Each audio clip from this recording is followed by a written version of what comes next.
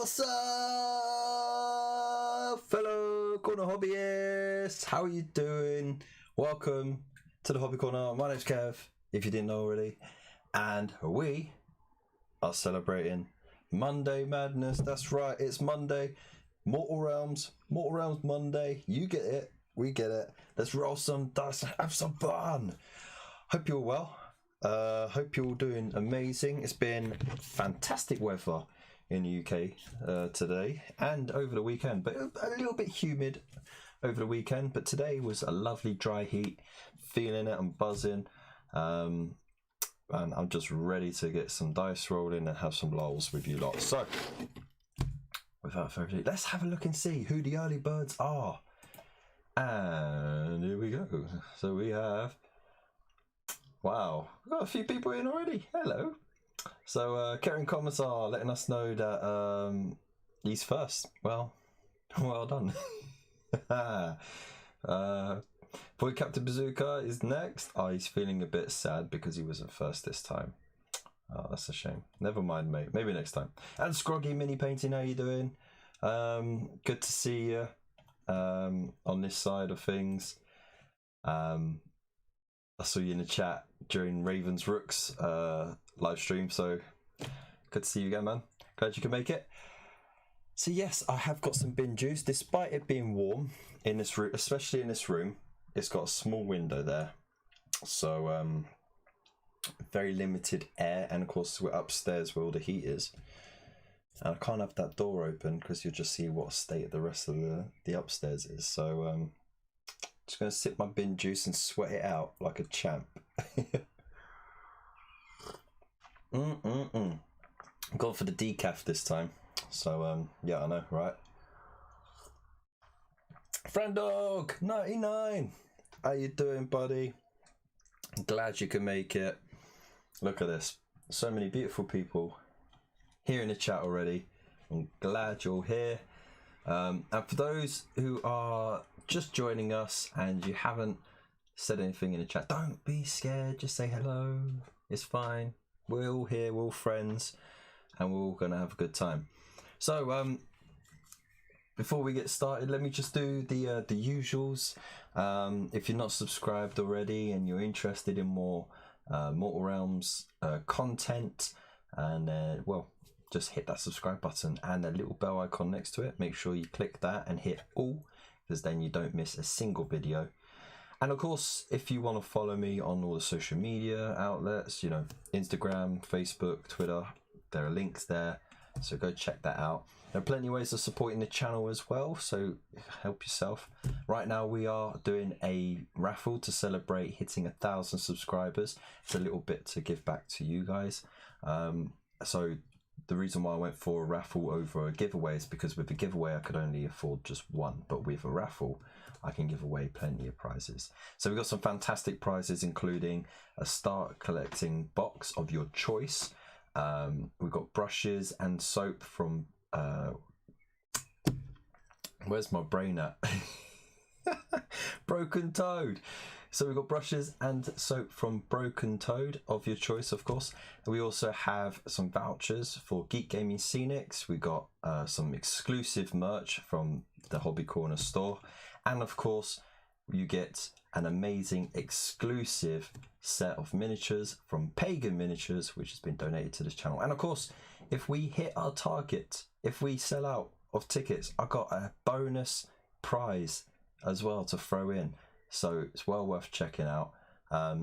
It's been given by an absolute legend of the community, and I ain't going to spoil it until we get there. So I'll you know what I'll do is, once 100 tickets are sold, so that's halfway, because we only got 200 left. Only 200 left? There are only 200 tickets. So grab your tickets when you can, before they run out. You got until the 7th of next month, or is it the 9th? No, let's just keep it the 7th of next month. It will be drawn live just before the show as well. And yeah, good luck to everyone.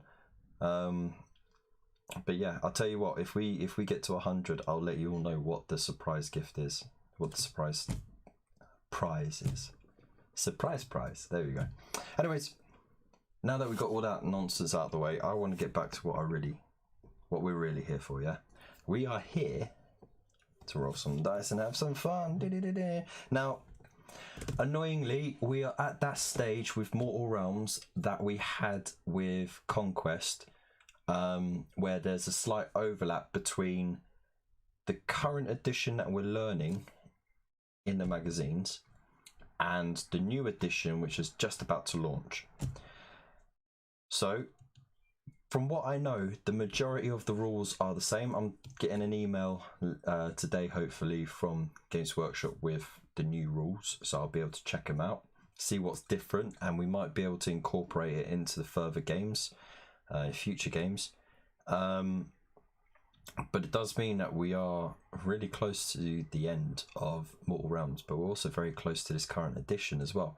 So let's just carry on, learn what we can, and like I said, if you learn all these rules, it's a lot easier to learn the newer rules because there'll just be some changes rather than learning a whole new set of rules. So let's get on with it. Today, it's all about wizards. That's right, wizards. Magical pew pew pew. So, with the wizards, they got some funky stuff going on, and let's just change like magic. Look at that, beautiful. So, I'll just hold it up so you can see. That is wibbly wobbly, isn't it? And you know what? You know what? Because I love you lot so much, right? I'm going to treat you, and I'm going to just make my screen like ridiculously huge. Let's see if that helps. Let's hope it's not too pixelated. That's a decent camera, really, isn't it? Just got the core rules email just before show. Ooh, okay. Awesome. Well, I guess we get to look through it together, won't we? So, in this one, again, it's the core rules, part 4.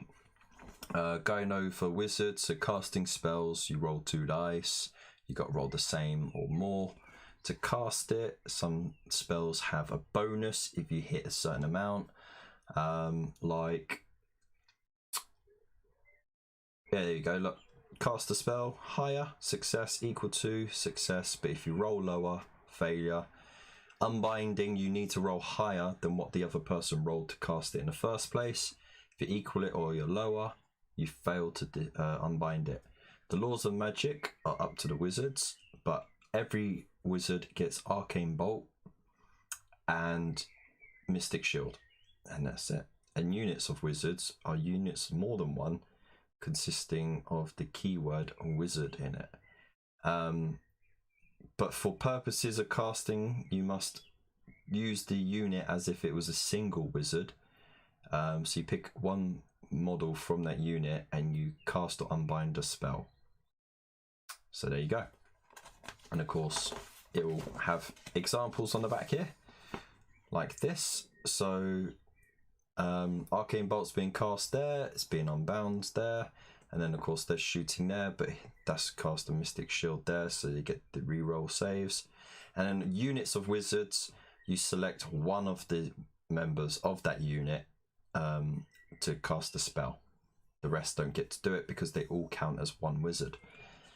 So there you have it. Easy peasy. Now we get to go on to our... Let me just fix that screen again.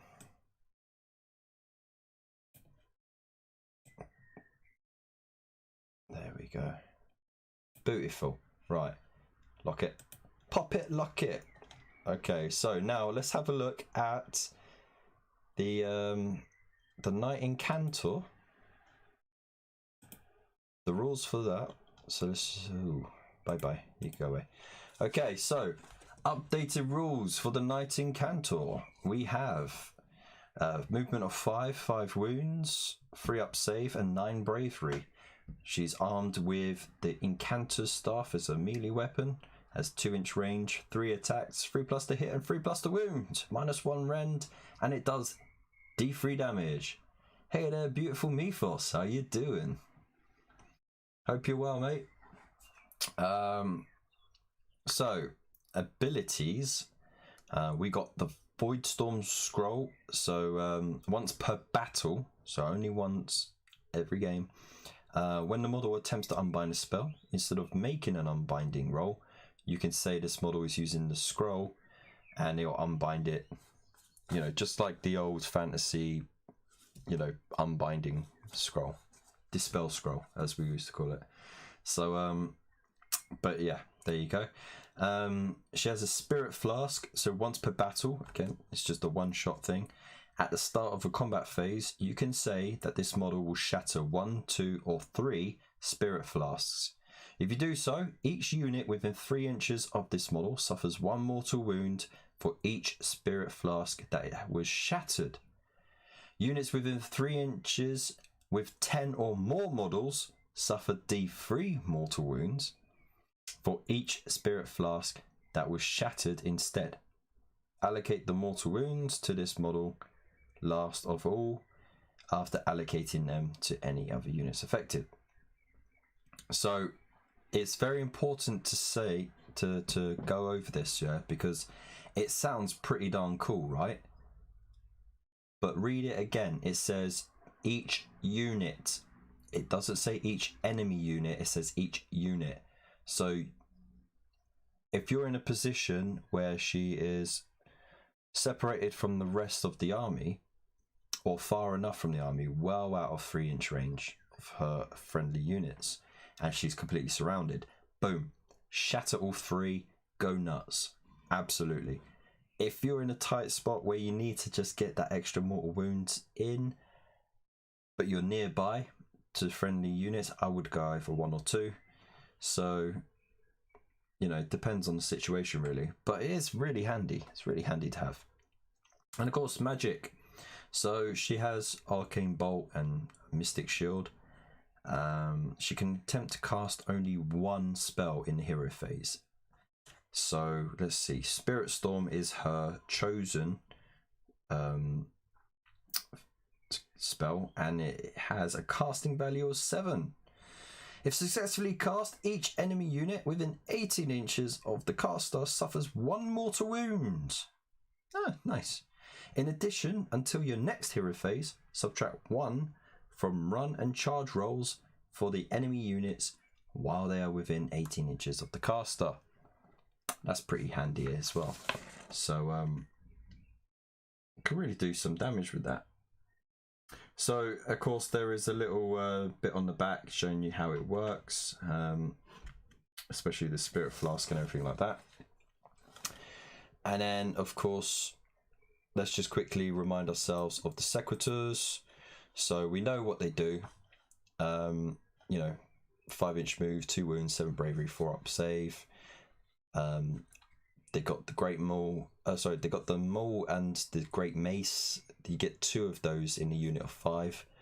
They both have 2 attacks, 3+ to hit and wound, but the great mace gets -1 rend and 2 damage rather than 1. You get a Sequitor Prime in the unit who has an extra attack. The great mace blast. If you roll a 6 while hitting demon or nighthaunt keyword units, you inflict D3 hits instead of 1. And then the Sequitor Etheric Channeling. Of course, in the combat phase, you choose whether or not you're going to power up your shields or your weapons. So if you power up your shields, then in combat you get to reroll failed save rolls instead of just re-rolling 1. And for the attacks, it'd be reroll failed hit rolls.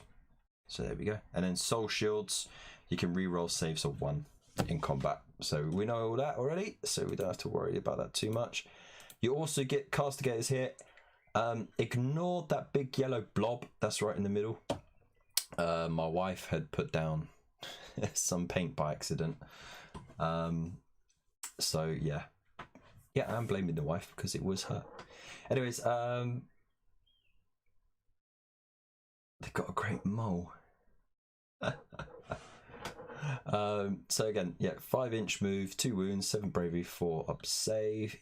The Thunderhead Great Bow has an 18-inch range, 1 attack, 3 up to hit and wound, -1 rend and 1 damage.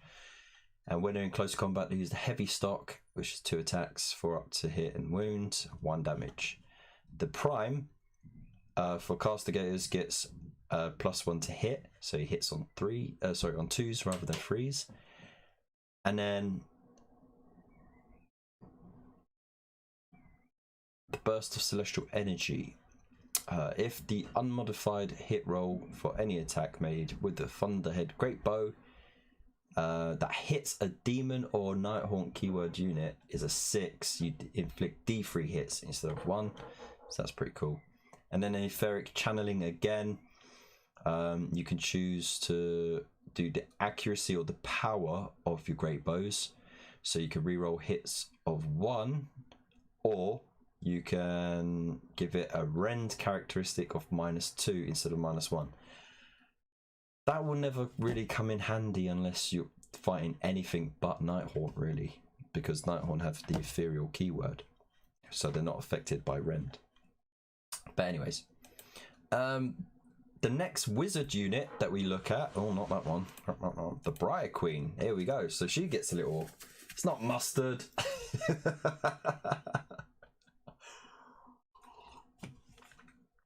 Does that look like a mustard stain? Please, please, give me some slack.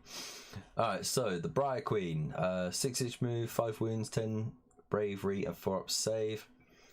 Her missile weapon is the rending scream.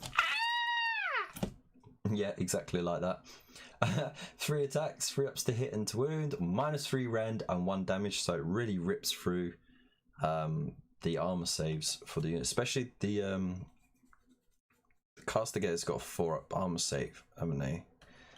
They all got 4-up armor save. Ah, they all suck. They're all gonna die. The BRIAR Queen also has the BRIAR Whip in melee weapon options. It's a 3-inch attack, so she can whip you from behind her bodyguard. It's only a 1 attack. It's 3 up to hit and wound, -2 rend, but does D3 damage.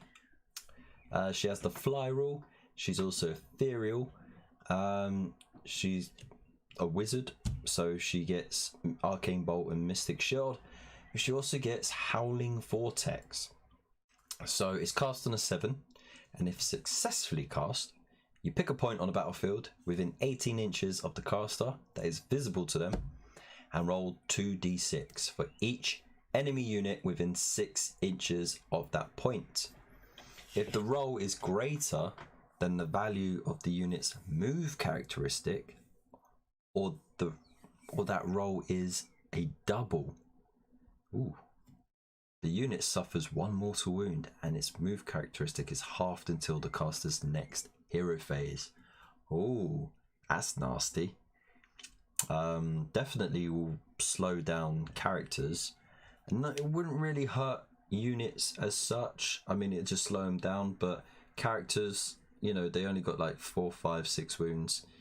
Taking a mortal wound straight out just like that is a bit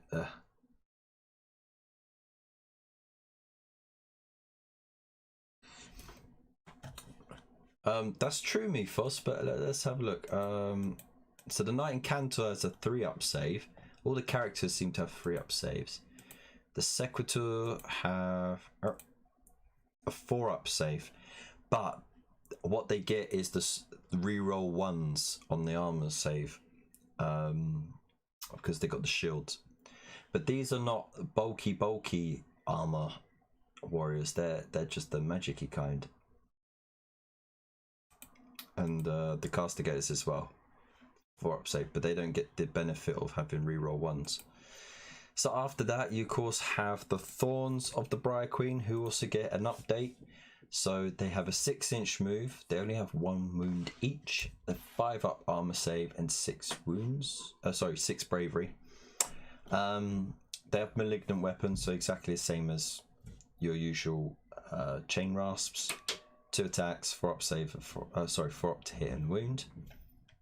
And then they have Tharklav the Cruel, which is the leader of the unit. You add 1 to the attack characteristics that he has, and in addition, the unit has a bravery characteristic of 10 instead of 6 while he is still alive, or, you know, still there. They have a fly rule, and they also have ethereal, but they also get this, grasping chains, so that's cool. You can reroll wound rolls of 1 for attacks made by this unit that target an enemy unit that is within 3 inches of 2 or more models from this unit. Okay. I mean, I long that out a bit, but you get the gist of it, right? So as long as there's a couple of them within 3 inches of the same target, they get to reroll 1s on the wound roll. So that could be pretty nasty, actually. So yeah, go them. Right, and then of course we also get the CHAINRASP HORDE. So 6-inch move, 1 wound, 5 up save, 6 bravery. They get 2 attacks, 4 ups to hit and wounds, only 1 damage. They get a Dread Warden that gives them an extra attack, and their bravery is 10 instead of 6 while he's still there.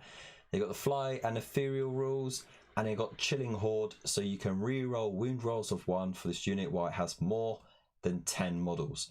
Now we only got 10 at the moment, so this rule doesn't count because it says more than 10, which sucks. Should be 10 or more, right? But no, it's more than 10. So in other scenarios, you'd use the thorns as, like, you know, cannon fodder in a number. So you'd have a unit of 16 and then you just run them forward, and you can lose 6 before you lose that ability, but never mind. We also get the GLAIVEWRAITH Stalkers in this game. So 6-inch move, 1 wound, 10 bravery, 4 up save. They got a 2-inch range weapon that has 2 attacks, 4 up save, and 4 up to hit and 3 to wound, 1 damage. Hope this isn't going too fast. They got a Deathbeat Drummer, so they can retreat and charge in the same turn, as long as it's still there. They have the fly rule as well, and ethereal rule just tucked over there. But here is their key ability, which is that they can reroll failed hit rolls for attacks made with this unit's Hunter's Glaives if the unit or the target unit made a charge in the same turn. So it doesn't matter if they charged or if they got charged, they still get to slap someone a little extra. That's banging. And that is that. And of course, it's got how the rules work on the back of that as well. Cha-cha-cha-cha-ching. So let's just disappear that. And hi. In one ear, out the other. Are you just here to roll the dice? See the dice roll and have a lol. Ah, bin juice. I love it.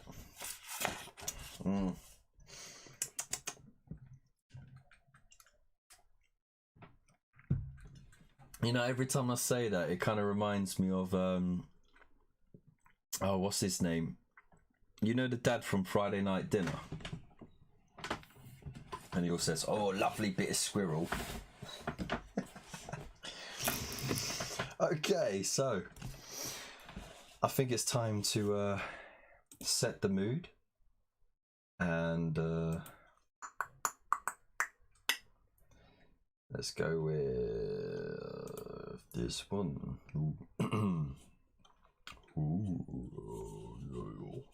Ooh, Captain. All right, let's do this, shall we? Let's set the mood.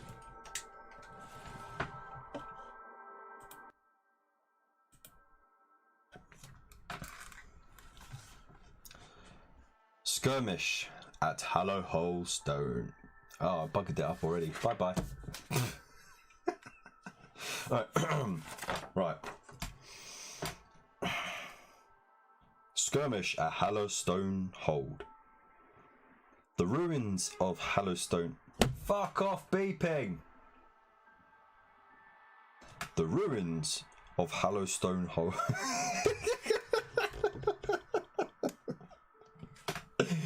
Oh my days. Sorry.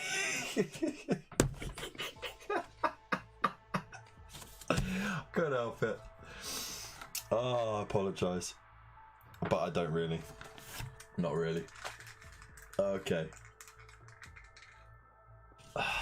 Right.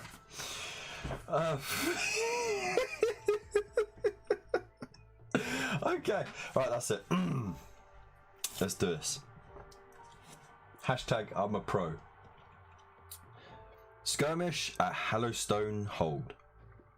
The ruins of Hallowstone Hold sat atop a range of rocky hills, looking out over the plains of Kernafil on one side and over Lurker's Bay on the other, out to the ocean that lay beyond. The fortress had been built many thousands of years ago, during the height of the Age of Myth. The towers had long since begun to crumble away, and the interior was little more than a ruin. But what remained was defensible. Zandria Jorbolt was ordered to clear the ruins of foes and establish a forward base. Upon arriving at the ruined castle, it became clear that the structure had already been claimed by the Nighthaunts. As they advanced towards the ruin, the Stormcast Eternals could hear the wail of unquiet spirits emanating from the walls, and ghostly balefire flickering in the glooming interior. The Nighthaunts had no intention of relinquishing their pride of Sigmar's usurpers. In the foothills beneath Hallowstone Hold, the fighting began in earnest. Each step towards the fortress walls was earned in blood, with the souls of many Stormcast Eternals sent back to Azir by the blades and blood-chilling screams of the Nighthaunt foes. Eventually, Zandria and her warriors climbed the first steps and forced their way into the destroyed courtyard at the heart of the abandoned fortress. The last of the Geists emerged from the fort's thick stone walls. GLAIVEWRAITH stalkers leveled their weapons, and CHAINRASPs rattled their chains and howled in fury. At the heart of the crowd of spirits floated the BRIAR Queen, her thorns trailing behind her. Zandria's surviving troops raised their shields and prepared to meet the spectral dead. After generations of silence, war had finally returned to Hallowstone Hold. Boom. There you go. Boy. That's it. That is the scenario. So, I hope you enjoyed that. Oh no! Hang on. Pokemon Rambo Groot is fallen over. There we go. So, hashtag Kev is a pro 20p.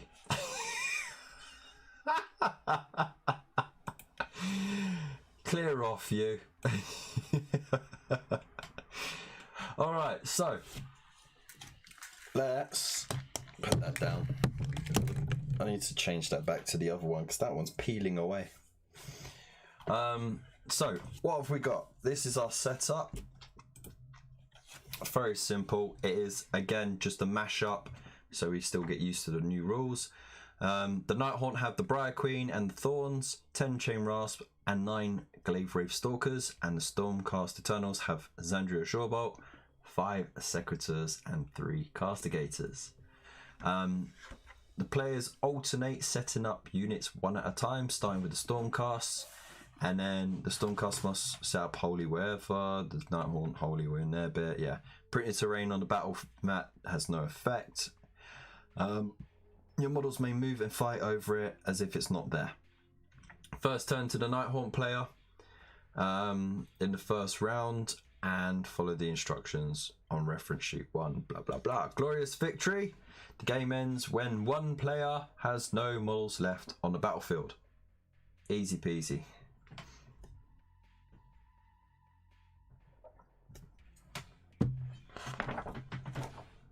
So let's get to it, shall we? Let's get to it. So, the Stormcast player gets to set up first. Let's just get our little invisible range ruler. There we go. Alright. I apologise if it's shaking. It's because I had it set. I had the camera sitting on the other, the cabinet in front of me, and it was cool. It was nice and sturdy, but it was a bit too high, and I couldn't adjust it right, and it was upside down. So good. All right, so who am I going to set up first? Sandria, the Castigators, or the Sequitors? I think I'm going to set up Miss Azure Bolt right there. And now I'm going to set up the unit of 9. That's right, you heard me, 9. GLAIVEWRAITH Stalkers. There we go.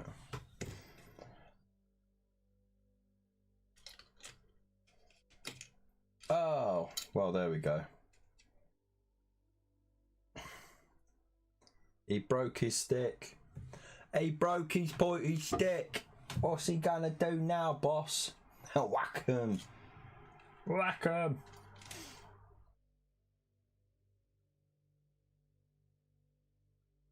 Right. So I'm gonna set him up here like so.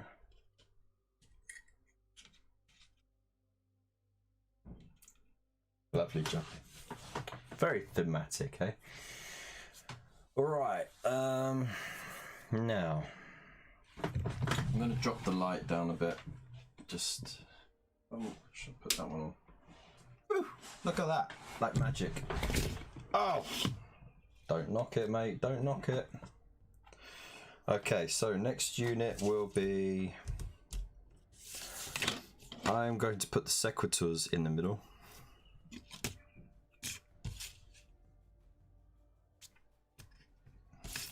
Because I want them to have as many options at shooting as possible.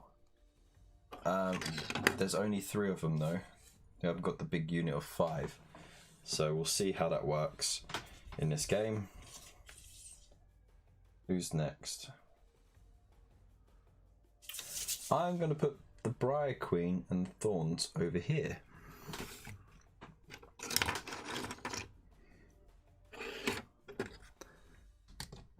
And there is madness to the method, or method to the madness. There's method in the madness, that's it. Got there eventually. So, pop her there.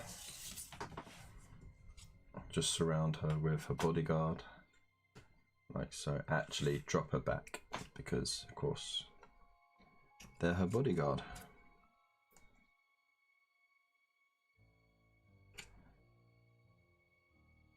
Each one of these critters have a blooming name as well. It's crazy.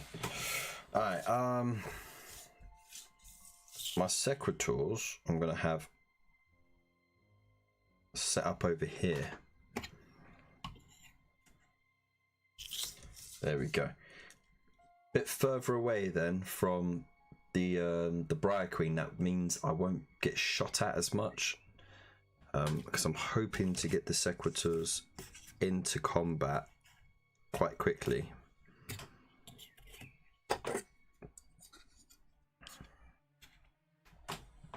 There we go. Right, I finished my bin juice. So, what have we got left? Oh yeah, the CHAINRASPs.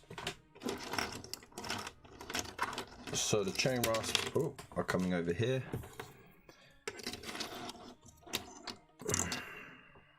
Like so. Alright. Because they haven't got anywhere else to go unless I layer them behind. And in this kind of game where it's just a straight up smash them, there's really no point trying to, you know, do sneaky tactics or whatever. I mean, there are some sneaky tactics you can do, like I'm employing them right now. Yeah, I deliberately set them up so that they'd be over this way, but I deliberately set up that would force me to bring it all over here. So I know it sounds mad, but I really am playing a game against myself. Like, So on your marks, get set. So in the chat, let me know who you think will win this one. Do you think it'll be a Nighthaunt victory, or do you think that the Valiant Stormcast will make it?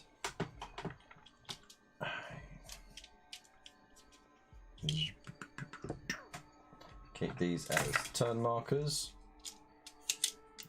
There we go. And let's just get rid of. Oh, blooming well, don't need that.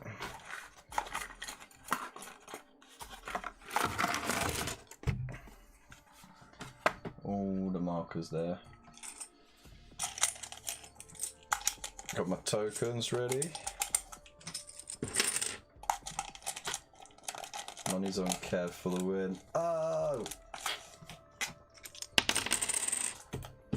I'll tell you what, the odds are 1 to 1, right? That Kev wins, and 1 to 1 that Kev loses.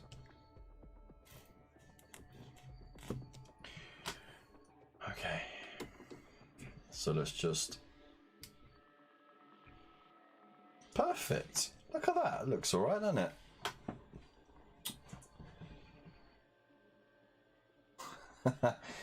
Alright, so Nighthaunt get to go first. So we start turn 1 and go straight to the hero phase to start with. So are we going to cast anything with the BRIAR Queen? Let's have a look, see.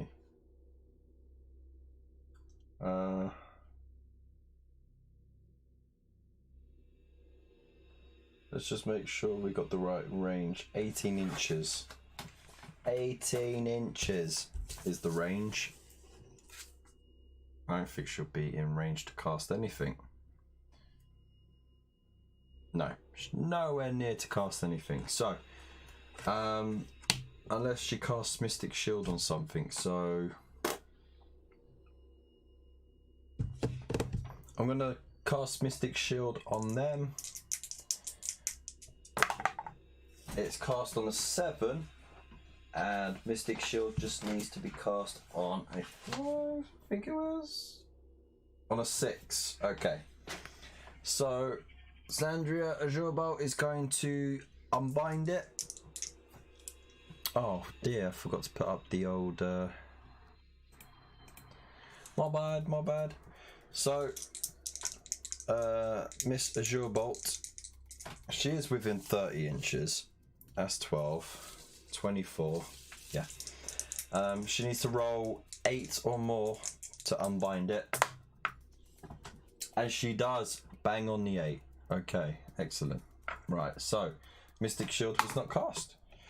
Let's move on to movement. Now, they are going to be desperate to get into combat as soon as possible. So I'm going to move the CHAINRASPs. I'm going to run them. And they go an extra 2, so they get to go 8 inches.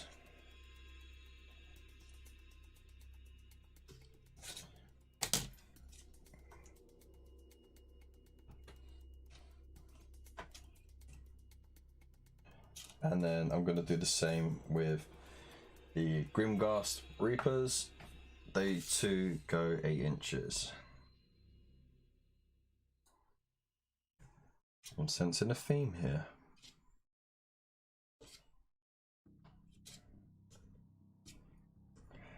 Run forward and slap them with your pointy stick.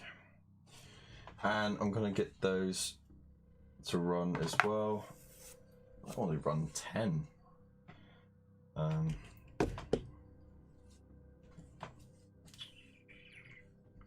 No, wait. They move 6, so 11. They go 11. Oof.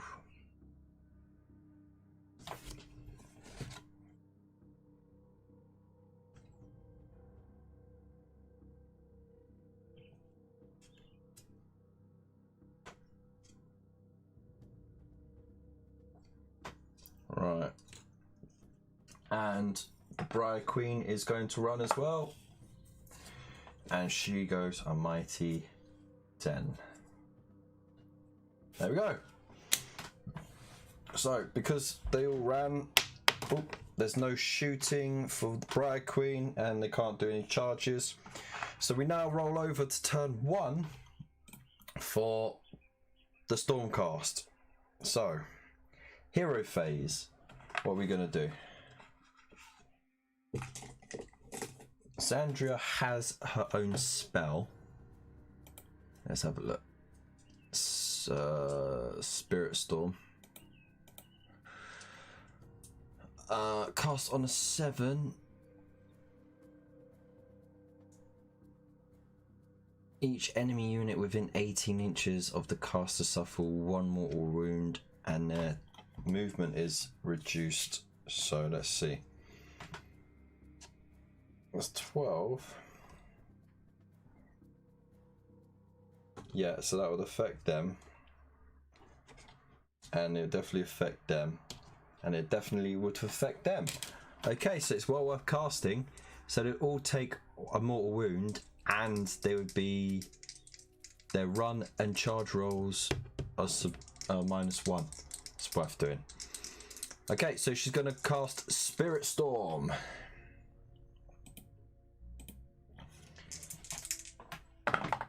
She casts it on an 8. It's successful.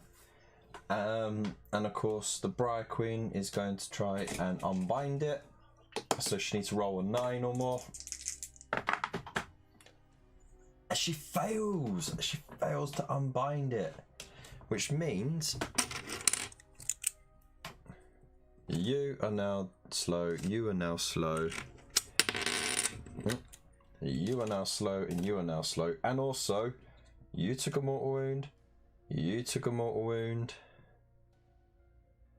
You took a mortal wound, and she took a mortal wound as well. Boom! Look at that. 3 models dead already. Oops, I forgot to get rid of that. There we go. So we've lost a CHAINRASP, a Grimghast Reaper, a Thorn, and she's taken a wound as well. And to make things worse, they are all -1 on running and charge rolls next turn. Was it movement as well, or just running and charge rolls? Subtract run from run and charge rolls. Yeah. So there'll be no running. There'll be no running or charging from them in the next turn. Boom. Success.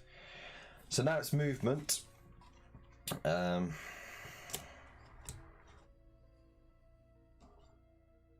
gonna move these dudes forwards. They got actually, you know what? I'm gonna hold them back. I'm not gonna move them. I'm gonna wait. The gamble is that the Nighthaunt won't make the charge next turn, and then they would counter charge. So I'm gonna wait and see how that goes. The Secators are now going to shoot. They're going to shoot at the Thorns. So what do they need? They need Castigators. Here we go. 3s to hit and 3s to wound, but one of them, I need to choose a different color. One of them will be hitting on 2s because of the prime. He gets +1 to it. So let's see. They all hit. Lovely jubbly. No 6s though. It's 3s to wound. Oh, only 1. Okay. And the armor save of a Thorn is 5+, isn't it? Yes. So 5+ save. Oh, saved. Marked. Wow, there you go. What a twist. So that means that's their turn done. So now we move on to turn 2. Ooh. Hang on, what have I done now? And we get to roll for the priority this time. Who takes the initiative? So the green one is for the Nighthaunt, the white one is for the Stormcast. The Nighthaunt have it. So they are going to go first. Okay. So what we're going to do? It's the hero phase to start with. So casting magic can happen now because she's got the 18-inch range. What was her spell? Let's have a look, see. So she had Howling Vortex. You pick a spot on the battlefield within 18 inches and roll 2d6 for each enemy unit within 6 inches.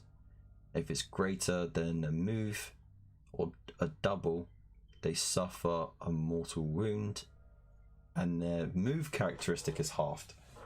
Yikes. Okay, so let's try and cast it. So she needs a 7. She cast it on a 9. Oh, okay. Right, so Zandria, of course, can dispel it. She needs to roll a 10 or more. Do you think it could happen? Let's go for it. Actually, you know what? I'm gonna be sneaky, and what I'm gonna do is I am going to use a Void Storm scroll to unbind it. I know it's a little cheap, but it's only once per battle, because I don't think I could roll 10 or more to unbind it. Does mean if it comes to like rolling a 6 or an 11 on the next spell and I'm trying to unbind that, it might be a bit more trickier, but I think it's worth it. So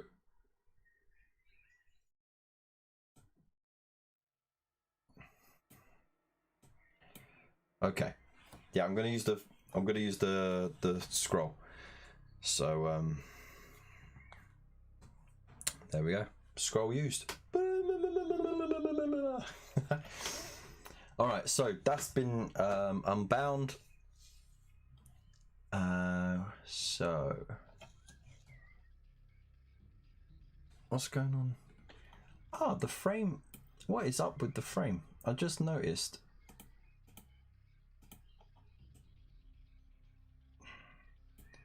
There we go. So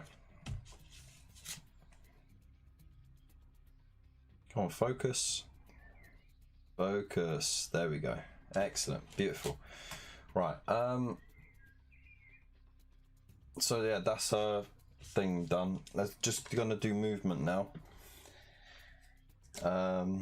So they moved their 6. Oh no. That was for charges, wasn't it?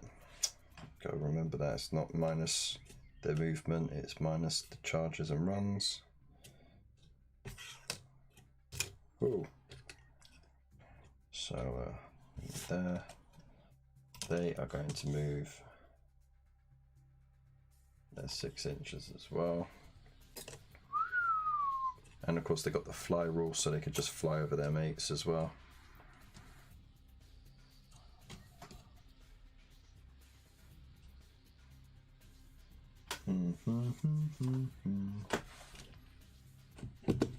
Oh, make sure that's on 2. There we go.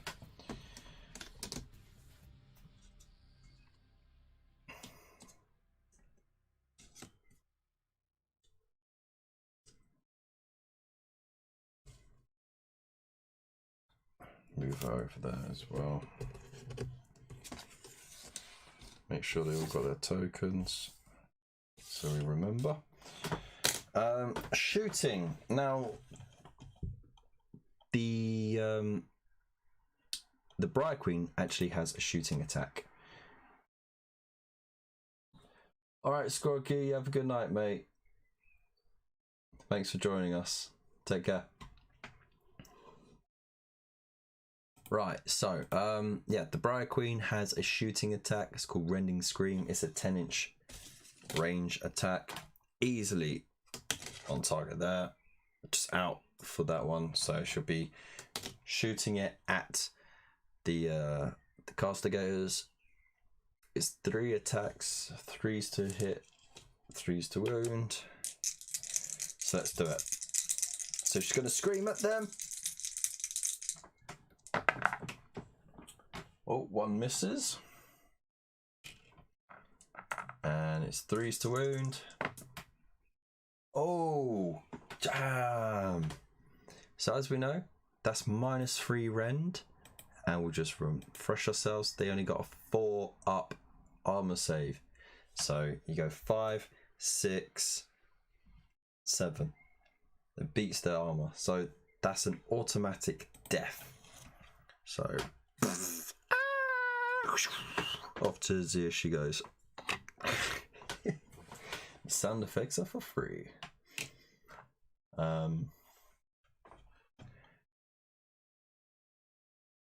So with that, that means we have got less options, but that's okay. You know why?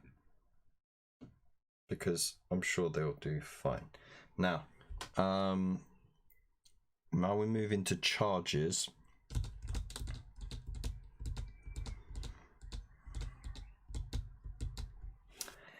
What am I gonna do?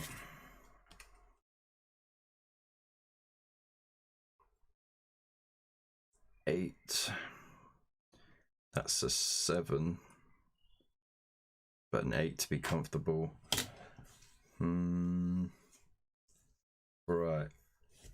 And these will need to roll 8 as well. Okay. I'm going to just charge this unit and this unit. I'm not going to charge them because I want to see what they get up to. Keep her sort of safe and out of the way. So let's roll for these. So they need to roll a 9 because even though they're 8 inches away, they got the -1 to runs and charges. They rolled 10. They rolled a 10. So, however you want.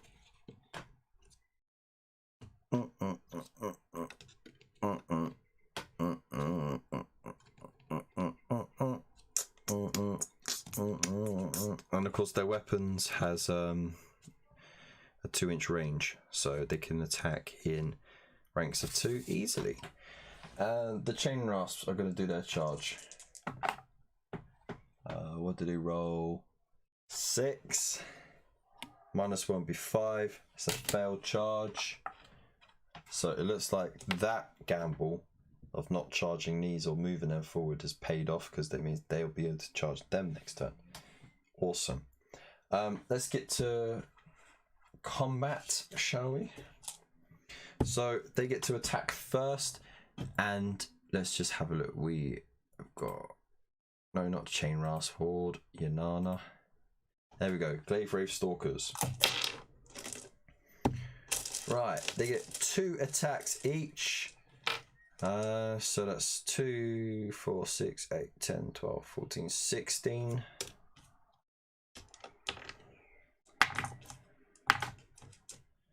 3, 12, 14, 16. They need 4s to hit and 3s to wound. And because they charged, they get the point of death ability, so they get to reroll failed hit rolls. Let's do it. 4s. Let's pop all the failed ones back into the pot to be re-rolled.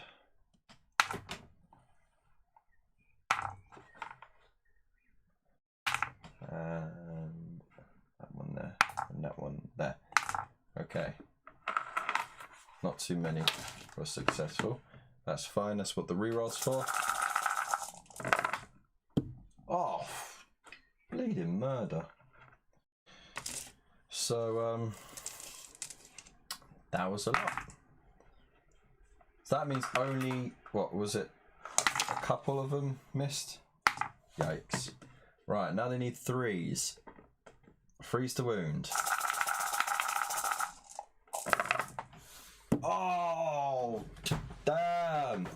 There's not even any point in rolling armor saves. You just know they're dead.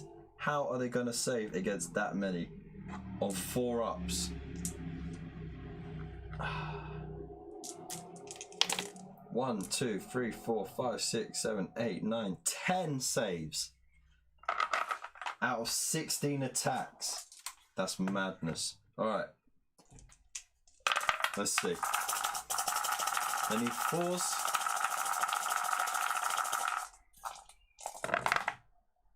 Oh! Whoa! What? How are they not dead? How? Only 2 failed. That's 1 dead. Pew! Like that. There's still 1 alive. What is going on? That is amazing. So now there's just 1 alive. They both should have died from that. How did he make 8 armor save rolls? Oh, that's madness. Put an F in the chat for the Nighthorn, please. Oh dear. Okay, well, Sequitors, no, not Sequitors, Castigators get to attack in combat as well. They get their heavy stock attack. It's 2 hits at 4s to hit and to wound. So,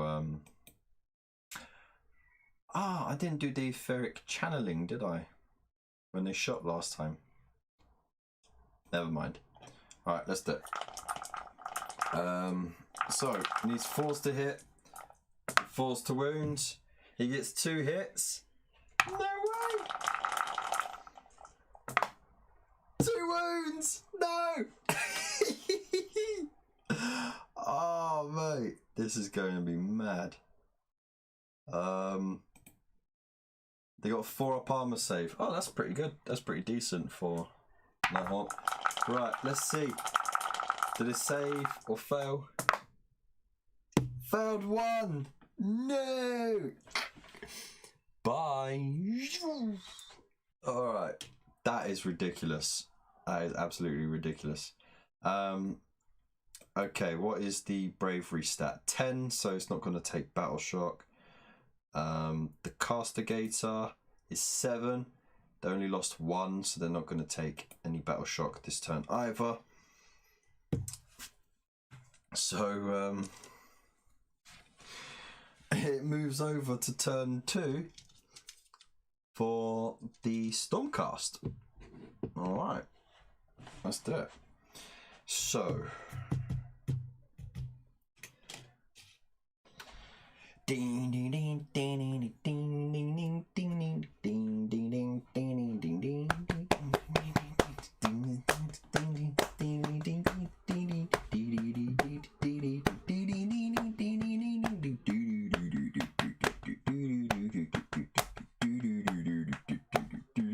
You got a great car. Yeah, what's wrong with it today? I used to have one too. Maybe come and have a look. I really dig the hairdo, yeah. Maybe come over from work. I'll have them cook you something that you really love. Yeah, I like you. Yeah, I like you. Sorry, getting carried away there. Heard the song earlier today. It's been stuck in my head all day. Alright, so let's do it. Hero phase. She is going to cast her... So that gets removed. She's going to cast her super awesome spell. The Spirit Storm, which is cast on... Out the way. A 7. Okay. She casts it on the 7. The Briar Queen is going to unbind it. So she needs to roll 8 or more. She rolls a 7. It's cast. Yikes. Ghosties never die. No, they just feel Nagash's ire. That's all. So let's just remind ourselves. Each enemy unit within 18 inches of the caster suffers a mortal wound, and they subtract 1 from charges, and so on. Okay. So you are now down to 2. Where's you at? There we go. You're now down by 2. Another Thorn is dead. Another CHAINRASP is dead. And one of you is dead. Look at that. That is a pretty nifty spell. I'll have to say. And then of course you're at half move. Well, no, you're just taking the movement debuff. There you go. Okay, so now we do movement. So they only move 5 inches. There we go. They're still. Oh, there we go. Just over 3 inches out. So that's fine. I'm going to keep her where she is, really. Actually, I'm just going to move her over a bit. Keep her out of combat because she doesn't need to be in combat. She's doing pretty well with what she's got at the moment with the spells. So that's movement done. Shooting. He's going to shoot within his unit. Oh, that's it. So he needs 2s to hit because he's got the +1. Oh my days! Oh, but I forgot he's got the accuracy, right? The bonus accuracy. Let's see.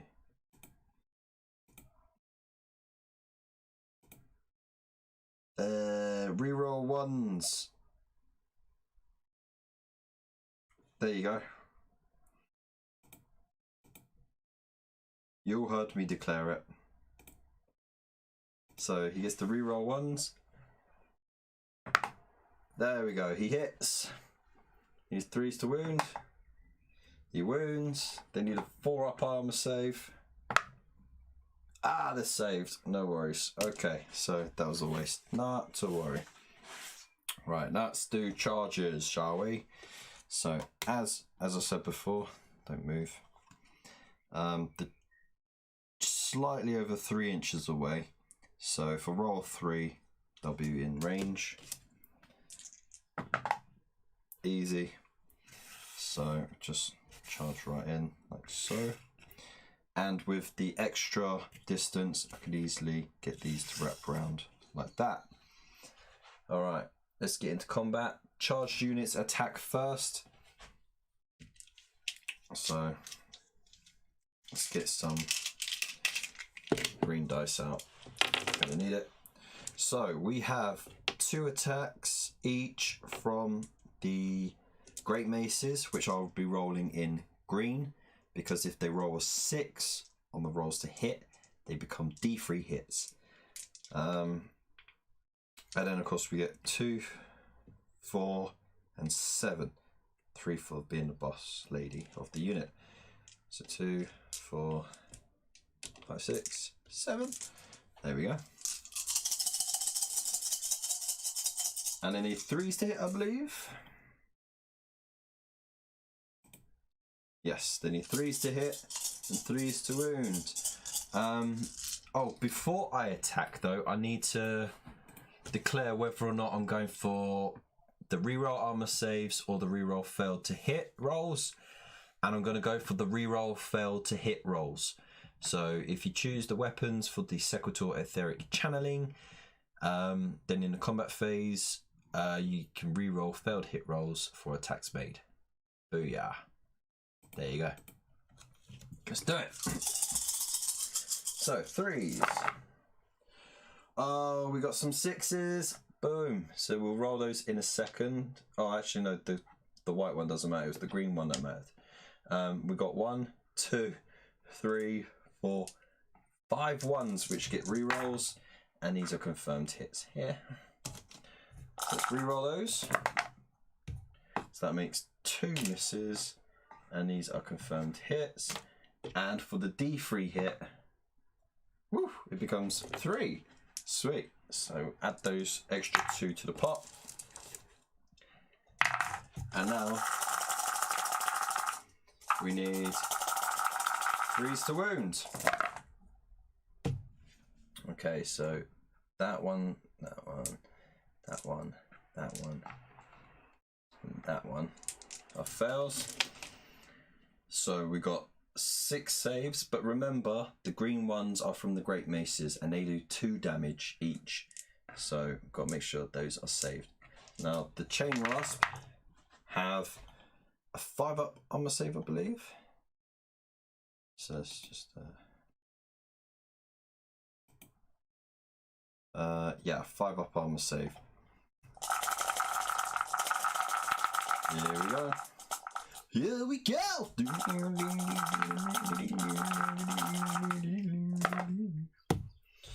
Oh, okay. So that's 1, 2, and then each of these ones counts as 2 each. So that's 4, which makes 6 dead. 1, 2, 3, 4, 5, 6. Ouch, that hurts. And then of course it's still the Stormcast turn, isn't it? So there we go. So look at that, 6 dead, only 2 left. Now it's still the Stormcast turn, so after the charge you get to choose a unit to attack with. So I'll be attacking with that dude. He's got his 2 attacks hitting on 4s, both hit, and 4's to wound, both wound. No way. There you go, there's the 6 there. So now they've got to do the armor save of a 4 up, and they failed. No, he just clubbed 2 of them dead. Ah, you suck. Okay, so now the Stormcast, the Nighthorn get to retaliate. So you've got pile in here. Pile in there. So let's see, 2, 4, 6, 8 attacks. No charges were made this turn, so they don't get the bonus for rerolls, I think it was. Yeah, they don't get to do the rerolls, so need 4s to hit. Only 2.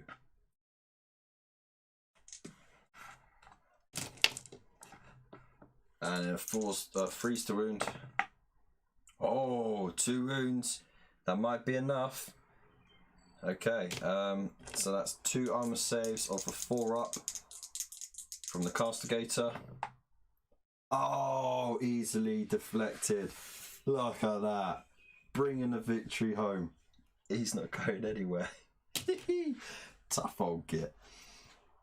So, very tough guy. So let's just move those out the way because they're not gonna need bravery. They get to have their attacks. There's 3 from this dude and 2 from this dude. The Dread Warden gets the extra attack. So I need 4s to hit and 4s to wound. Oh, that's abysmal, isn't it? Come on. Wow. The Chainrasps are not in it this game at all. In no way are they in it to win it. So that was lame. Alright, so now we do battle shock tests.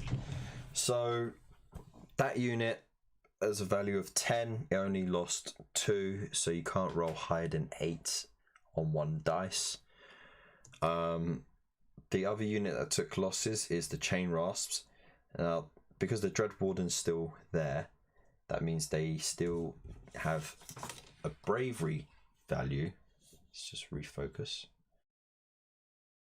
Okay, they still have a bravery value of 10, but they've lost 1, 2, 3, 4, 5, 6. That brings the bravery value down to 4. So that means they have to take that test, and I've got a roll of 4 or less, or to start taking casualties. If a roll of 6, that unit is wiped out completely. So let's go. A 3 is passed. They don't take any casualties. They're still in it to bog down this unit. That's a shame. That means no. If the Stormcast get a double turn, They can't like just conga line charge. So that is that turn done. We're going to see who has initiative on turn 3. So green one is the Nighthaunt, white one is the Stormcast. Let's go. Oh, drop the dice. What have we got? Double one. So the current rules is whoever went first last turn gets to go first this turn if a draw is made. So that's Nighthaunts again. Turn 3. Okay. Magic.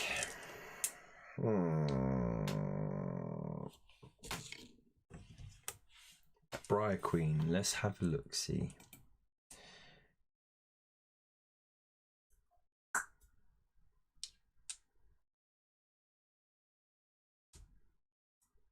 Alright, I'm going to cast the Howling Vortex. I need a 7 to cast it.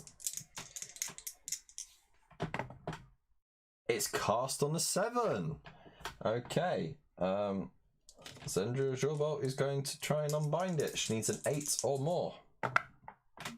She rolls 3. Fails. Okay. Well, I guess the Vortex is gonna... We are going to put the Vortex here. Okay. So, just to make it more obvious, I'll put a dice on it as well. Right, so the spell works like this. Each enemy unit that is within 6 inches of that point rolls 2d6. And if it's greater than the move characteristics, or is a double, the unit suffers a mortal wound and it's half movement. Okay. So they will have to do it. She will have to do it. He will have to do it. Okay. So, whoa, calm down. So they got a move characteristic of 5. It's the same, so it doesn't affect them. Oh, that's lucky as heck. She's got a move characteristic of 6, I believe. No, 5 as well. Okay. Oh, wow. 11. Okay, so she takes a wound, a mortal wound, and she's at half movement until the next thing. And then this chap over here, it's movement 5. Of course, he takes a wound and can't go anywhere. Oh dear, oh dear, oh dear. Right. So, come on, focus, camera.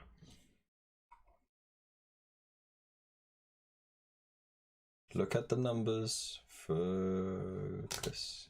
There we go. Right, so that's the magic phase done. Finally, the queen got to cast something. So now we get shoot. She can't shoot.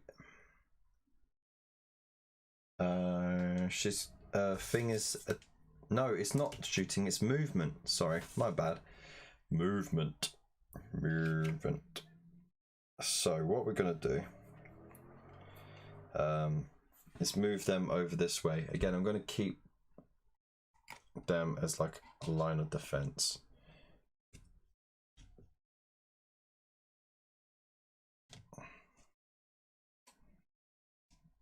Just pop her behind like that. Alright, so now she's in range. She can do her shooting. But before I do that, I'm also going to run them. Now they got that special rule where, because they got the drummer, they can run away. So as long as they move outside of the 3-inch range, and I'm going to move them to 4 inches.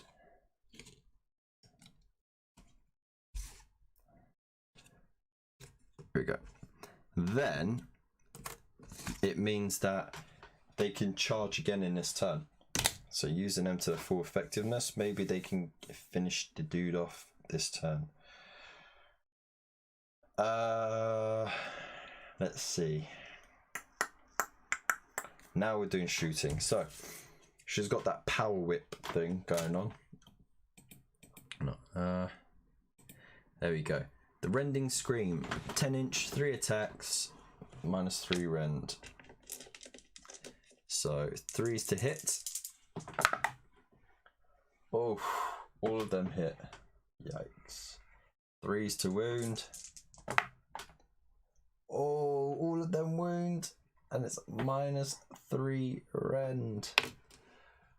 Ah. The KNIGHT-INCANTOR has 5 wounds. She's got a 3 up armor save, so 4, 5, 6.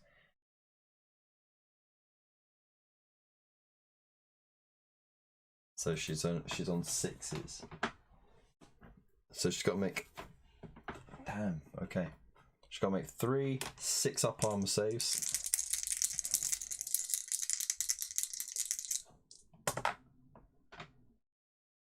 Not a single bloody one. I mean, if you add the 3s together, you can get a 6.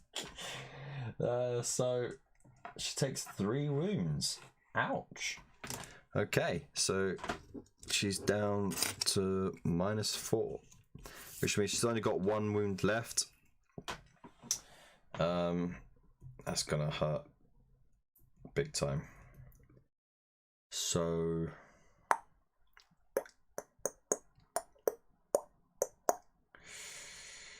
what we're gonna do? Oh yeah, let's move that away. We don't need that anymore. Charges.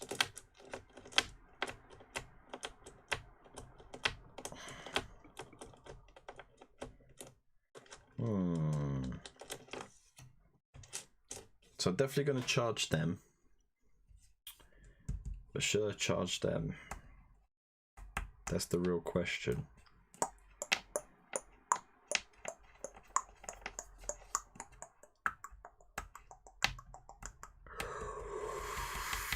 And who do I charge them at? I don't think I need to charge them at her. She's going to get finished off just by shooting, isn't she? So, you know what? Yeah, let's do it. I'm going to charge the thorns at the rear of the sequitors. 9 inches, easily make it. Like even the furthest away gets to reach. So there we go. Hopefully they could get some damage in. I'm still going to keep her out of that because I don't want to get her involved. And then of course these dudes are going to charge that dude. 6, easily in range. They only needed 4. That 6 became a 5 because of the debuff. But there we go. So charged units attack first. Let's start with these dudes over here. So we know they roll 4. They get 2 attacks each. So there's 8 of those attacks. The 4s to hit, but they get re-rolls on charge.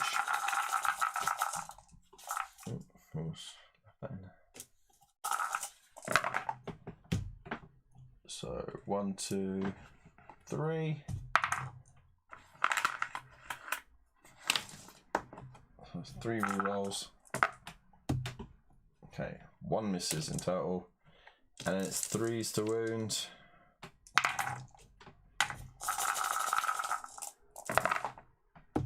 Ooh, okay. 3 misses, so that's 5 armor saves on a 4 up. Do you think you can make it? I mean, who thinks that's gonna last, eh? Honestly, think he's gonna be dead. He's only got 1 wound left.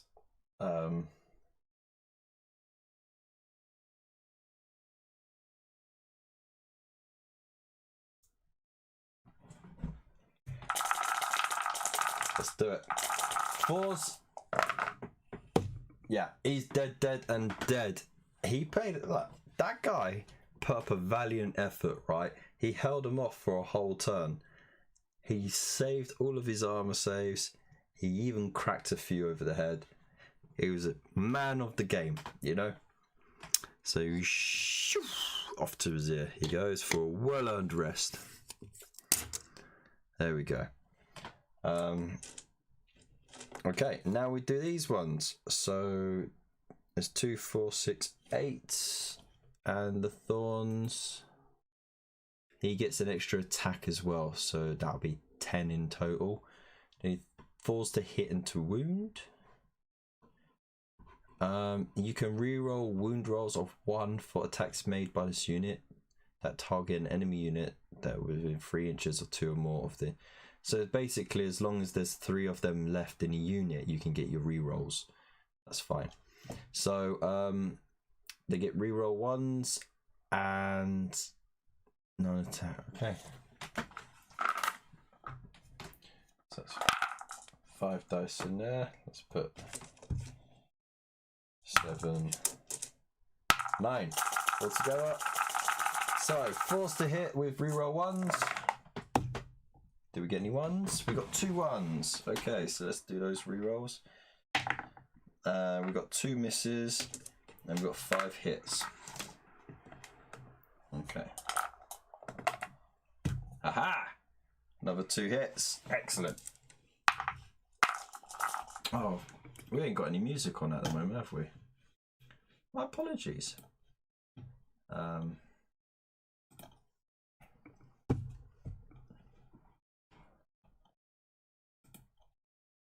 There we go. So, 4s to wound. Lol. Look how many 6s are in there. Boom. Alright. Okay, dokie. That is awesome. Go Thorns. So that's 7 out of 9. 7 out of 9. That's pretty dope. Let's see. So what we need is the Sequitors. They get to choose.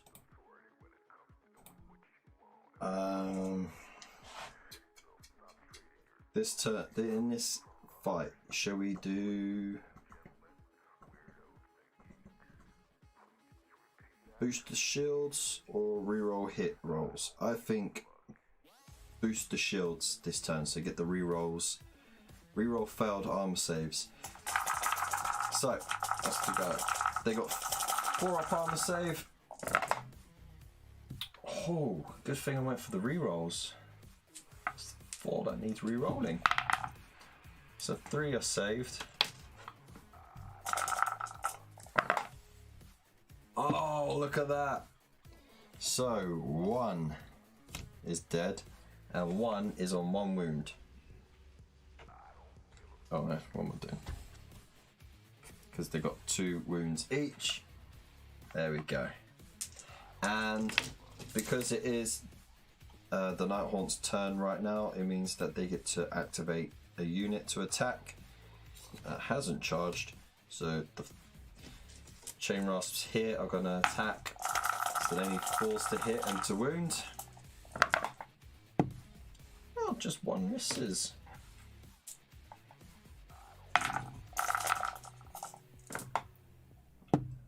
Two more armor saves. Oh, can they hit? Can they finish off another one? So that's 4 up armor save. Oh, that's 1 failed on a 2, but they get that reroll. It's safe.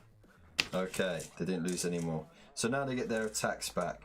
So we still got 4 attacks in green from the Great Maces, and 5 attacks, just the regular maces. Remember, the green ones become D3s on 6s, and they need 3s to hit. Let's see. Yes, 3s to hit. That is going to be very painful. So we've got 2 misses here. 1, 2. Oh no, that's a miss as well. 3, 4 hit, and 2 of the great maces are now D3s. What are they? Oh, double 6. Nice. Okay, so that's an extra 4 hits on top. That is delicious. Delicious. Oh, I forgot to split the attacks, didn't I? You know, I think it's only fair that I split it down the middle. So let's do 4 of. Okay, so how I'm splitting it is, what am I doing? Yeah, so he got his 4 attacks in because he got the extra rerolls. Sorry, the D3, and he's got 2 hits in as well on the thorns. So these need 3s. So that's 2 misses. And the thorns have got 5 up armor save, I believe, haven't they? Yeah. So they need to make those, or they're all dead. They made 1, but they still take 2 damage from this one. 3, 4. So that's all of the thorns dead. Bye bye. Bye bye bye bye bye bye. And then there was 3 from this dude left and 1 from the unit champion. On these 2 here. So again, they need 3s to hit. 1 misses. So they need to make the saves, especially on the greens, otherwise they're dead. So 5 ups. Oh, not quite. 2 more ghosties obliterated. That's a pretty interesting round. So they only took 1 casualty, so they don't take battle shock because you can't roll higher than a 6. Let's just get those tokens away. So off you go. And they didn't take any casualties either. So no battle shocks done. This is a really even game so far. Look at this. We've still got our 2 characters, and we've still got a melee unit each as well. But who's going to bring it home? Let's see. It is now turn 3 for the Stormcast. So what are we going to do? Well, let's start with magic, and I think it's fair, instead of doing the Void Storm thing, that we do Arcane Bolts. I'm going for the D3. I'm going for it. So it's a 5 to cast. Just going to cast it on the Queen, and let's see, yeah, so it's 5 to cast, but if I roll a 10, it becomes D3. So let's go for the 10. No! Never mind. It's still cast though. So the Briar Queen is going to try and unbind it. She needs 8 or more. She rolls the 8. That's it, unbound. Deflected. So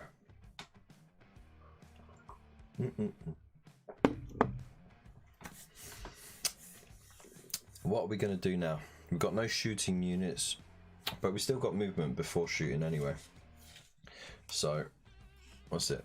That's 3 inches away. So let's just pivot. Let's see, 1, 2, 3, 4, 5. Oh, cool. I can still. There we go. So they're all 3 inches away. They're going to charge her. Gonna move this lady out the way because I don't want her getting hit or shot by anything. So what do we do? Charges, because there's no shooting. So they need just, was it 3 inches? It was 3 inches away, wasn't it? Yeah. So they need to roll back to charge. 11, easy peasy. Right, so bonk, bonk, kabonk, kabonk. Okay, they're gonna go for re-roll hit rolls this turn with the etheric channeling, as you know. So let's do it. We have 4 attacks from the great maces in green, and then we got 5 attacks from the rest of them. Need 3s to hit with re-rolls, which is, oh my days, very much needed. Wow, that was a lot of ones. Okay, so these are all hits. Just put them over there. Okay, those all hit as well. That's 100% success rate for hitting so far. And now we need 3s to wound. So those miss, those 2 miss. Okay, so we got 3 regular and 2 damage dice to roll. Right. Briar Queen has a 4-up armor save. She's only got 1 wound left. No, so she's got 3 wounds left. So she definitely needs to save at least one of those green ones and the rest of the white ones, or she's out of the game. Let's do it. 4s. Oh no. So she saved those, but that's 2 damage. That makes it 3 altogether. Bye bye, like wizard banshee lady. She's gone now. She's gonna be proper paid off as well. So she didn't even get attacks back. So it's looking quite good for the Stormcast, isn't it? Right, so I'm going to adjust the camera in a moment. So what we're going to do, so while I adjust the camera, get to see some behind the scenes nonsense going on here. How do you think the game's going so far? Do you think that the Nighthaunt can possibly get a draw or victory? Oh, you can't really get a draw in this one, can you? It's a all out, you live or die sort of thing. Let's put it over there, that's better. I think the Nighthaunt have been savagely unlucky with their dice rolling, and I honestly think that had they been a bit more luckier with the magic, I might have done a bit more to stave off possible defeat. I'm not going to say that they're beaten already, but I very much would say that they are suffering massively.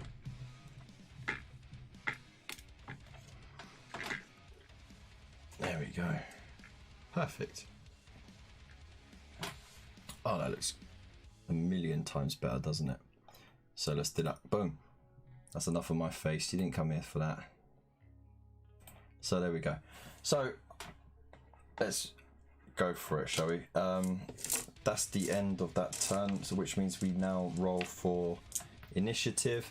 So as always, the green one will be for the Nighthaunt.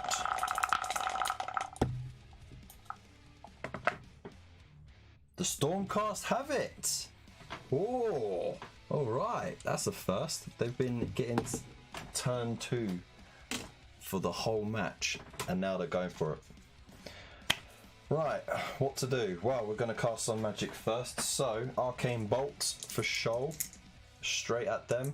There's no need to worry about being unbound because there's no one to unbind. Need a 5 to cast. Cast on at 8. So that is 1 mortal wound straight away. Dead. No shooting, so we do our movement. Again, there's no need to move Sandra. So I'll just shimmy, yeah, just shimmy them over really. Like that. Just like that.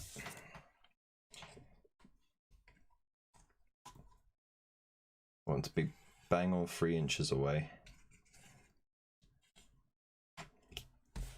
Right, and I do still got that.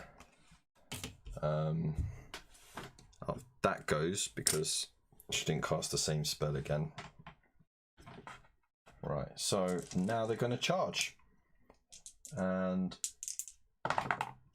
they successfully charge. Smash them. Alright, so here's their charge phase. Again, we got the 4 attacks from the Great Mace in green. And then the 5 irregular attacks from the rest of the unit. Get winning with those ghosties. Okay, so they are going for the reroll hits, of course. We're not going to worry about wounds. We need 3s to hit.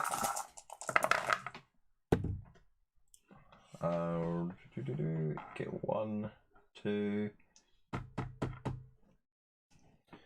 So it's 2 rerolls. But look at this. We got 1, 2, 3 6s on the Great Mace. What? So those are all D3 hits. And we've got 4 regular hits over there. Let's see what the rerolls do. Oh, murking it, absolutely. So let's see how many extra hits have the Great Maces got. 3, 4, 5, 6. Okay, so we've got 3 there. So we just add another 3. It's all cool. 3 bonus hits on the unit. That's gonna hurt. 3s to wound. Oh, that rolled out. What have we got? Oh, there's some 1s in there. That's not cool.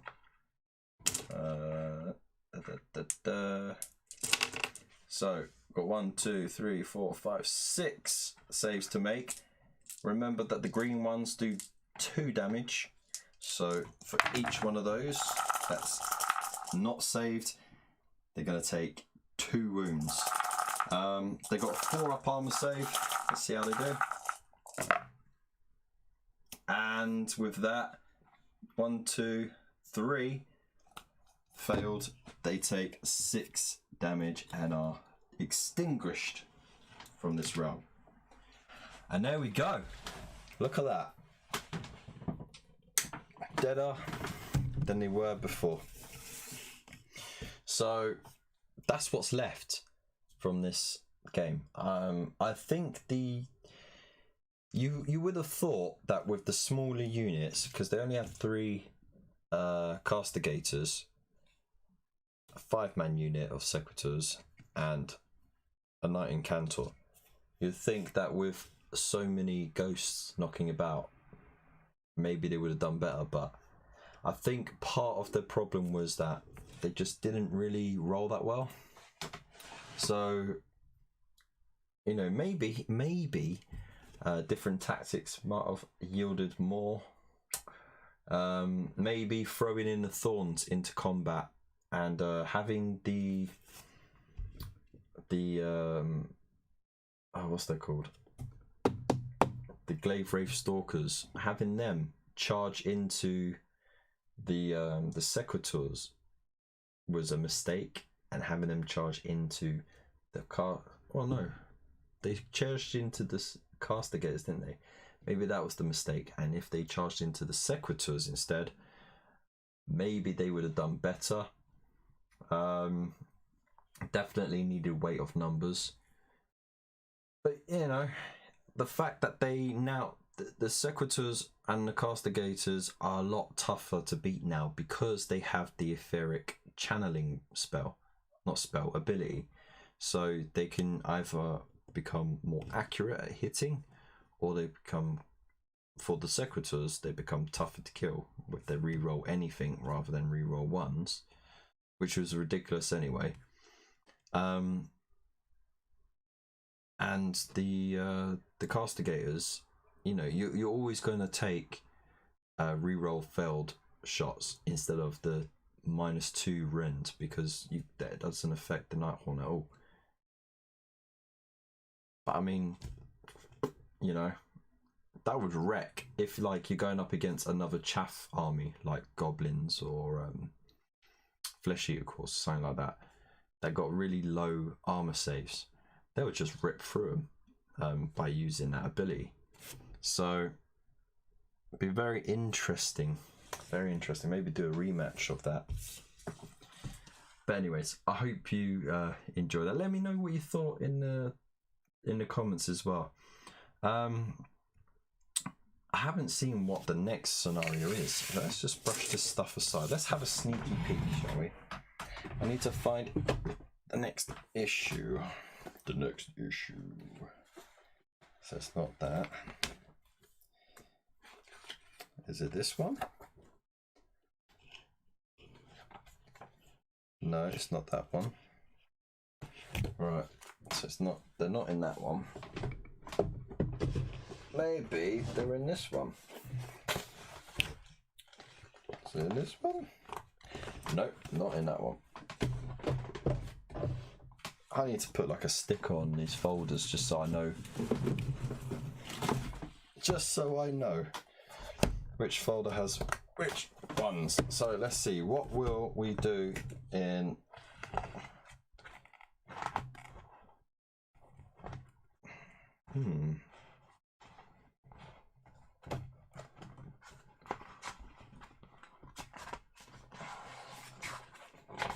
So issue 25. Ah, no, issue 26, sorry. Oh no, so I had that name wrong. So the title is, it should be 25. There we go. Save that. So in issue 26, let's have a look through here, and I'll let you guys have a look as well. Don't worry.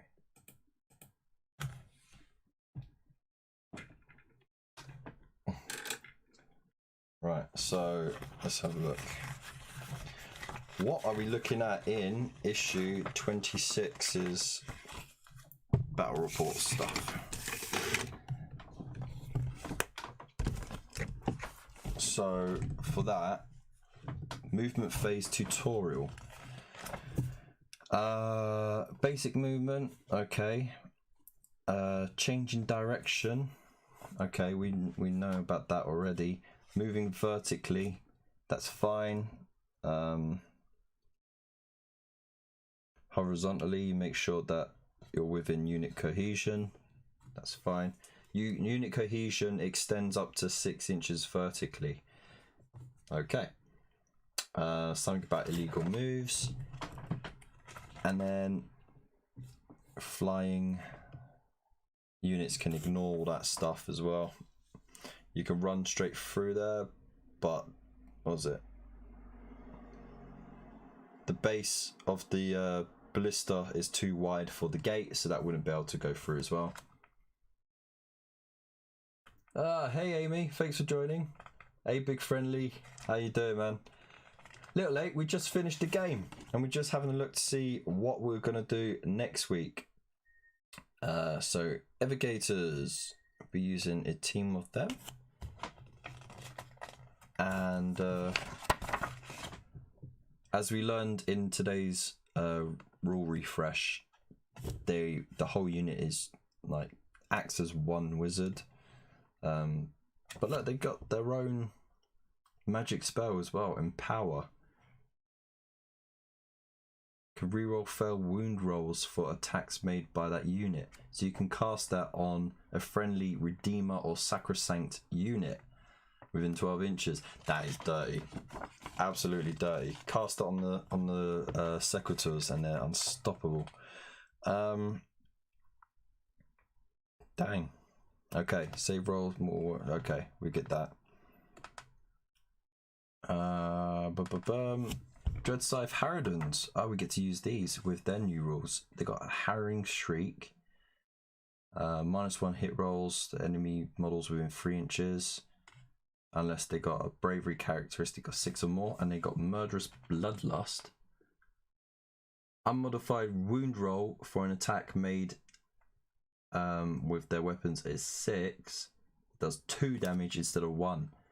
And they get 3 attacks each as well, so that's nasty. Right. And then of course it goes on. And then lifting the curse is the thing. And look, we finally get to use some new terrain. Huzzah! So, get to set up the terrain over there. I've got to get building then because I didn't build them. I want to spray them on sprue. And it will be the Briar Queen, the Thorns of the Briar Queen, and 10 Dread Scythe Harridans against Xandria Jorbolt, the Evocator Prime, and 3 Sequitors. Oh, so 2 magic casters and only 3 combatants. Going to be shooting a lot of magic about to try and stave that off. So that looks like it's going to be a really interesting game. I'm calling it now. I think the Nighthorn will have that. I really do. But anyways, we'll leave it there. We'll leave it there with that little taster. So anyways, thank you again for tuning in and watching me roll dice and have lols. As always, if you're not already subscribed, please do make sure that you hit that subscribe button if you want more of this kind of content. We also do hobby hangouts on every Friday at 8, so go check that out. If you want to follow me on all the socials, then there's Instagram, Facebook and Twitter, links in the description. And of course, there are plenty of ways of supporting the channel. If you want to go through those affiliate links, they're the best way to do it because you get yourself something that you need at a discount and it gives me a little kickback, so it doesn't cost you anything to do so. And of course, there are other ways of supporting the channel. You know, you could just throw money at me. I like that. I like money being thrown at me. Not coins though, because they hurt. But and of course, if you're looking down at the links down below, one of them, because there's so many amazing Facebook groups down there, one of them to check out is of course the Chilling Wargamers channel, because of course that's an amazing network of amazing people, and I'm going to keep saying amazing because we're all amazing, and I'm an amazing part of that amazing network. So yeah, definitely go check that out. And of course, don't forget we do have the raffle to celebrate hitting the 1,000 subscriber mark, so the link is in the description below. It's also thank you Nightbot, well timed right there. It's throwing pennies at his iPad. Don't do that, you'll scratch the screen. So yeah, there's the link to the celebratory raffle where you can get a brilliant chance. There's only £2 a pop. You can buy as many tickets as you like, there's no limit, except that we only have 200 tickets and they are selling fast. You got until the 9th of July, that's when the draw will be made, and you can get yourself either a start collecting box, brushes and soap from Broken Toad, vouchers for Geek Gaming Scenics, exclusive celebratory merch from my store, or you can even get yourself a chance to win an exclusive set of models from Pagan Miniatures. So that sounds awesome. And like I said, when we hit 100 tickets sold, I'm going to tell you guys what the mystery gift is, which has been donated by an amazing member of the community. So I'm really excited to throw that in as well. So if you know anyone who likes to do little raffles to get a good chance of winning stuff, let them know. And yeah, good luck to everyone that enters. So thank you again so much for joining me tonight. I hope you all have a fantastic evening. Have a great week, and I will see you Friday at 8. Peace. Mwah.